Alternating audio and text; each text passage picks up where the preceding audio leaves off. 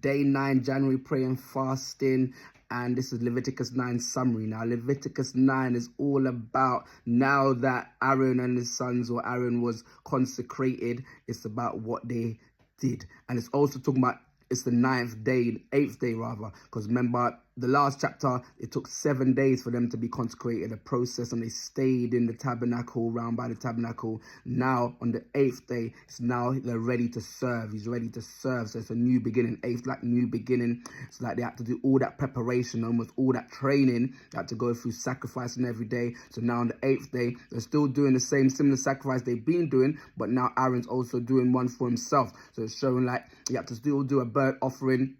He has to still do a sin offering, peace offering. So it's showing that it's not, before he can do a bless the people, do an offering for the people as a priest, he had to do an offering for himself to God, showing that he's still humble, showing he's part of the identifying with sin. He's not made perfect. That 7 days that he spent in the tabernacle was not about him being perfect, showing that he wasn't perfect. He was needing to atone, daily atone. So now on the 8th day, he's atoning again before he can do his priestly duties to bless the people and ask for atonement for them as well. So now on this 8th day, and it also says there, and Moses and Aaron went into the tabernacle of meeting and came out and blessed the people. Then the glory of the Lord appeared to all the people, and the fire came out from before the Lord and consumed the burnt offering and the fat on the altar. When all the people saw it, they shouted and fell on their faces. So fire as well is very symbolic. It's always like God's presence and stuff was linked with the fire.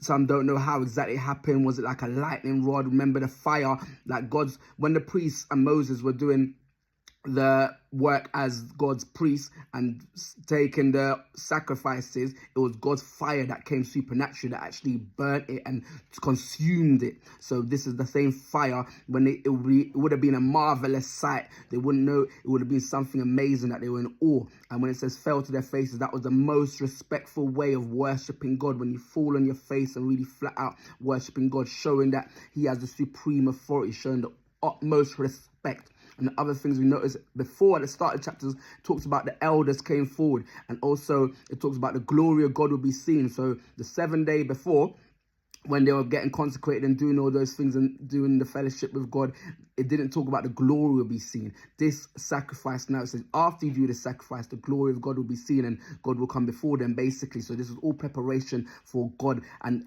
all preparation for them being able to be seeing the glory of God. And the glory of God was not just for them, it was also about the people. So all this serving, all this sacrifices 7 days before, it's giving them a heart to really be able to get a word, get a blessing from God. It was about, even those sacrifices are for individual peoples as well, these priests, because they spent 7 days there, they'll be hungry to be able to bless the people. They're not hungry for God to bless them. They'll be hungry to be in the presence of God so that now God can bless the people. It's really a training. It's getting them prepared, not just to how to do the sacrifice for people, but also how to be working for the people, having the right heart for the people. So to summarize, we had becoming consecrated. It was not a quick and easy process as well. So 7 days before, now the 8th day is not a quick process.